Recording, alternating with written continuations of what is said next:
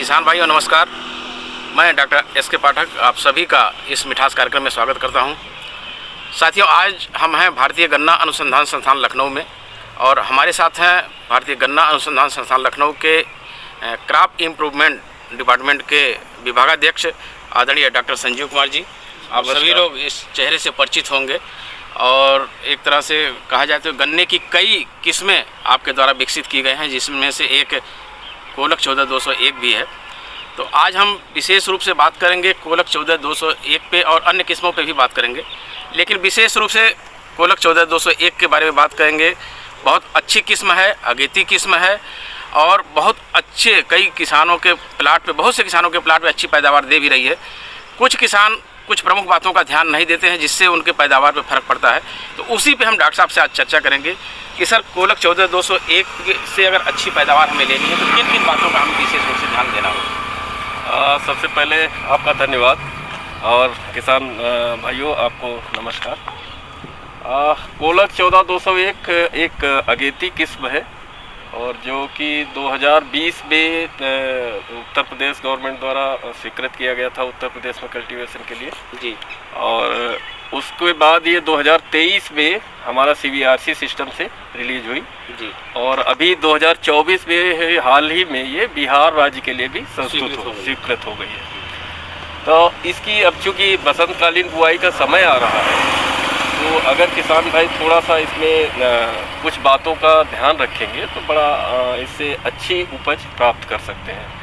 पहली बात तो इसका जो बुआई का समय है वो थोड़ा सा अगर जल्दी ही बुआई कर ले जी, जैसे फरवरी में हो जाए तो बढ़िया है। बहुत अच्छी बात। 5 या 10 मार्च तक इसकी बुआई कंप्लीट कर लें। ज़्यादा देर से मत इसकी बुआई करें। ज़्यादा देर बुआई करने में थोड़ा सा इसकी ग्रोथ शुरुआत में धीरे से होती है। किसान भाई अप्रैल में या मई में बुआई करते हैं, वो चीज़ नहीं मैं लेट में बुआई के लिए इसको हम रिकमेंड नहीं करते हैं। लेट में बुआई करेंगे तो फिर पैदावार कम होगी और फिर कहेंगे कि वैरायटी में दिक्कत है, वैरायटी में समस्या है। तो लेट बुआई के लिए मैं इसको 10 मार्च से 15 मार्च के बाद में इसको मैं संस्तुत नहीं करता बुआई के लिए। और बुआई के बाद बहुत सारी चीज़ें हैं मैनेजमेंट का, चूँकि ये एक उच्च जिसे कहते हैं अधिक किले बनाने वाली किस्म है, तो जर्मिनेशन के बाद इसमें किले बहुत बनते हैं जी। तो किलों का मैनेजमेंट इसमें बहुत ज़रूरी है। हम हर फोरम पे बोलते रहते हैं, फेसबुक वगैरह पे लिखते रहते हैं कि किलों का मैनेजमेंट बहुत ज़रूरी है इस किस्म में। अगर किलों का मैनेजमेंट नहीं करेंगे तो गन्ने में दो तरीके की ग्रोथ होती है। एक फैलने वाली ग्रोथ जिसको हम अंग्रेजी में हॉरिजॉन्टल ग्रोथ बोलते हैं, एक वर्टिकल ग्रोथ जो ऊपर को बढ़ती है फसल। अगर ज़्यादा किले बनेंगे तो वो फैलेगी तो उसकी हाइट नहीं आएगी, तो किसान भाइयों के लिए कहेंगे कि इसे बहुत धीरे से बढ़वार हो रही है। अगर किले कम होंगे तो जितने भी किले होंगे वो तेज़ी से बढ़ेंगे, तो जिसको हम वर्टिकल ग्रोथ कर रहे हैं। तो चूँकि किले ज़्यादा इस किस्म में बनते हैं तो उनका मैनेजमेंट करना है। मैनेजमेंट कैसे करना है?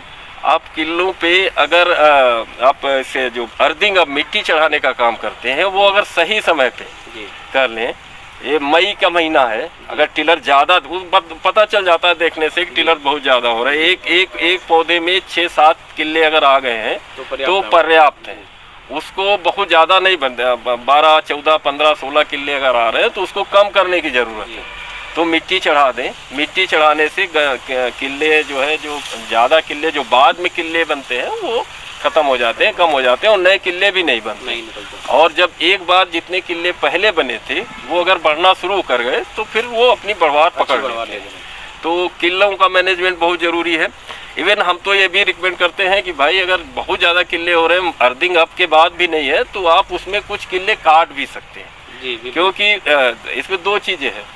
अगर कम किले होंगे, कम गन्ने बनेंगे, तो देखिए एक बहुत अच्छा इसका गन्ना का जो तरीका प्रकार है उसका अगर देखेंगे तो बहुत वजनी गन्ना है, ठोस गन्ना है, सॉलिड गन्ना है, एकदम सॉलिड गन्ना है।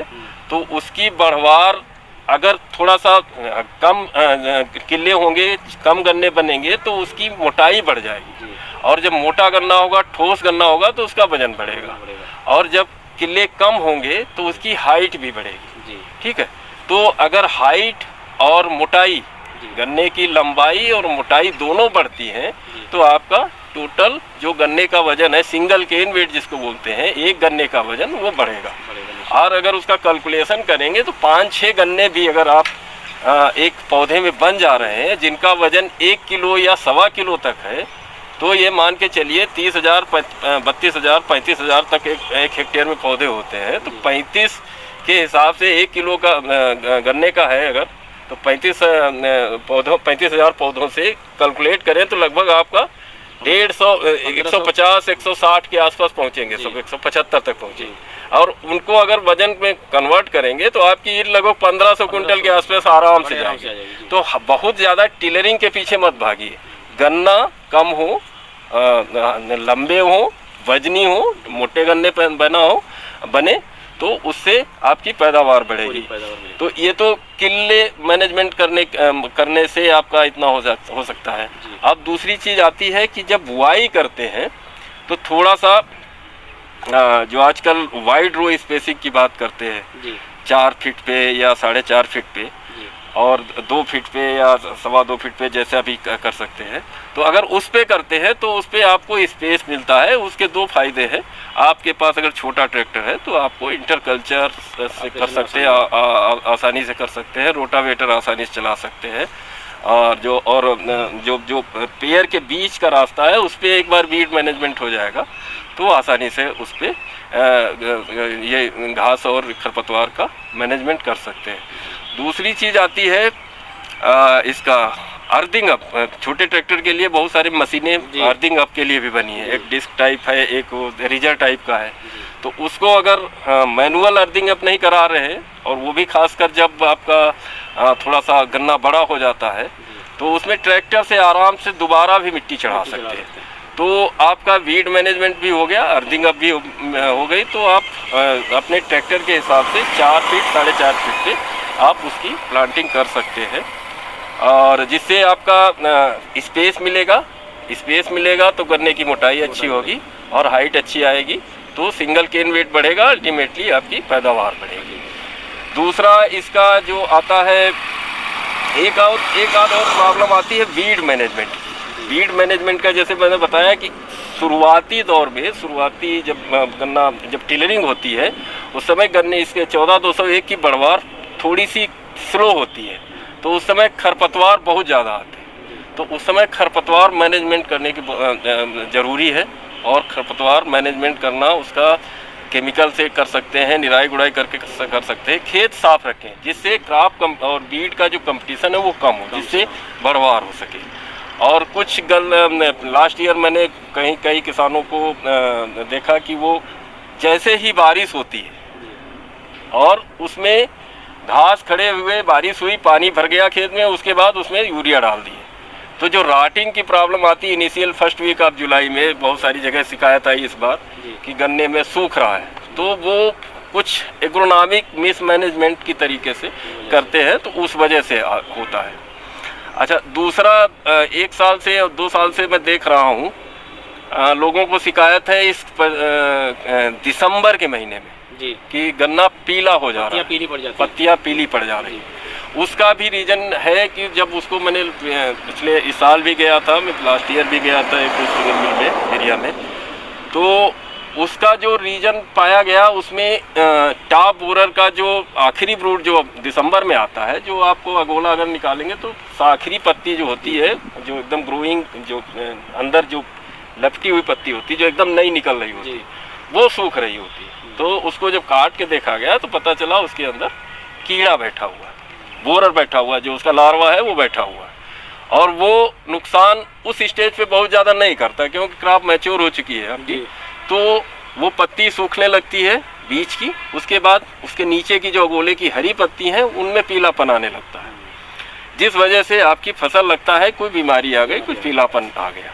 लेकिन वो धीरे धीरे ठीक हो जाता है और उसको करने के लिए, लेकिन उसको वो ना हो उसके लिए थोड़ा सा केयर करने की ज़रूरत है, आपको रेगुलर वॉच करने की ज़रूरत है, क्योंकि ये जो टॉप बोरर चोटी बेधक हमारा कीड़ा है, इसके अब लगभग 5 जो ब्रूड हैं हर स्टेज पे पीढ़ी नुकसान पहुंचाती थी, लेकिन अब हर पीढ़ी इसमें नुकसान पहुंचा रही है।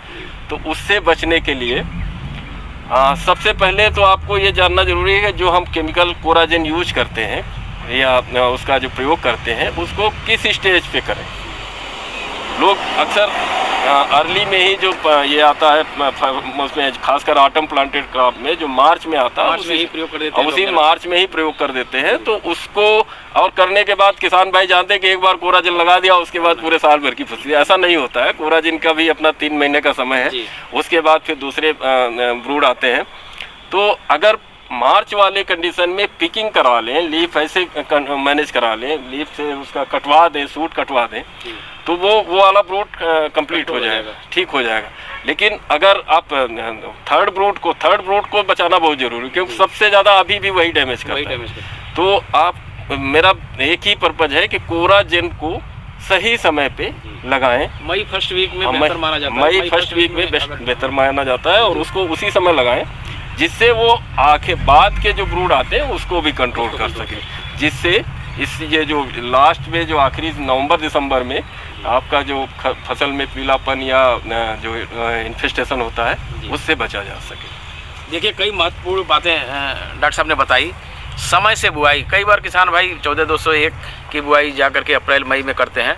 तो बेहतर पैदावार अगर आपको लेना है 14-201 से, तो आप समय से बुआई करें, 15 फरवरी के आसपास बुआई कर दें, या फरवरी लास्ट तक या मार्च फर्स्ट वीक तक भी कर दें तो अच्छी पैदावार मिलेगी। टिलरिंग की बात डॉक्टर साहब ने बताई कि जो अवांछित कल्ले उनको बनने से रोकने के लिए आप समय से अगर मिट्टी चढ़ा देते हैं तो निश्चित रूप से भी जो कल्ले हैं वो गन्नों में परिवर्तित होंगे और आपकी पैदावार अधिक होगी। कई महत्वपूर्ण बातें सर ने बताई। देखिए, इस वैरायटी की एक खासियत और ये पेड़ी की पैदावार इसकी बहुत अच्छी होती है, क्योंकि इसमें फुटाव बहुत अच्छा होता है। और आप सभी जानते हैं कि पेड़ी में हमारी जो कुल लागत आती है 22 से 23% हमारी लागत पौधे की तुलना में कम आ जाती है। तो पेड़ी की पैदावार भी इससे अधिक आती है। तो इन बातों को ध्यान में रख करके आप 14-201 से अच्छी पैदावार ले सकते हैं। सर, एक किस्म और जो इस समय किसानों में बड़ी लोकप्रिय हो रही है, भारतीय गन्ना अनुसंधान लखनऊ की 16-202, उसके बारे में भी कुछ किसान भाइयों को चाहेंगे हम। 16-202 एक अच्छी किस्म है, और ये कहे कि कोई कंपैरिजन नहीं है 14-201 और 16-202 में, मतलब उसको बढ़वार को लेके 16-202 थोड़ा सा फास्ट ग्रोइंग वैरायटी है, और इसको हम लेट प्लांटिंग में भी लगा सकते हैं। जो किसान भाई गेहूं काट के बोते हैं, गन्ना बोते हैं, उसमें भी इसकी प्लांटिंग कर सकते हैं। अभी कुछ, क्योंकि मैंने इसका बीज ये 16-202 लास्ट ईयर स्टेट गवर्नमेंट द्वारा 20 फरवरी को अडॉप्ट किया गया था। तो मेरे पास कुछ सीड था जो मैंने करीब जोड़ा था, लगभग 70 से 80 हज़ार बट मैंने लास्ट ईयर मार्च में ही किसानों को डिस्ट्रीब्यूट किया था, जिसमें से 200-300 बट जो किसान को दिया गया, एक प्रत्येक किसान को। जो उनका फीडबैक आ रहा है अभी तक ऑलमोस्ट 100% पॉजिटिव फीडबैक है। बहुत अच्छी वैरायटी, दे आर सेटिस्फाइड, वो पूरी तरीके से संतुष्ट है। इस सीजन में मैंने अक्टूबर में लगभग क्या एग्जैक्ट 100% उठान हुआ, जो केन कमिश्नर साहब के यहाँ से अलॉटमेंट था। 10 लाख बट का मैंने डिस्ट्रीब्यूशन किया अक्टूबर के महीने में, और वो मोस्टली जो डिस्ट्रिक्ट थे वो सेंट्रल यूपी, अपना मध्य उत्तर प्रदेश और पश्चिमी उत्तर प्रदेश के थे, जहाँ पे अभी भी प्रॉब्लम है 238 की। ईस्टर्न यूपी तो काफ़ी कवर कर लिया है। तो अक्टूबर के महीने में 10 लाख बट दिया। इसके साथ साथ मैंने 1000 किसानों को ऑनलाइन बुकिंग किया था, जिनको 300 बट प्रत्येक किसान को दिया गया 16-202 का ऑनलाइन के माध्यम से।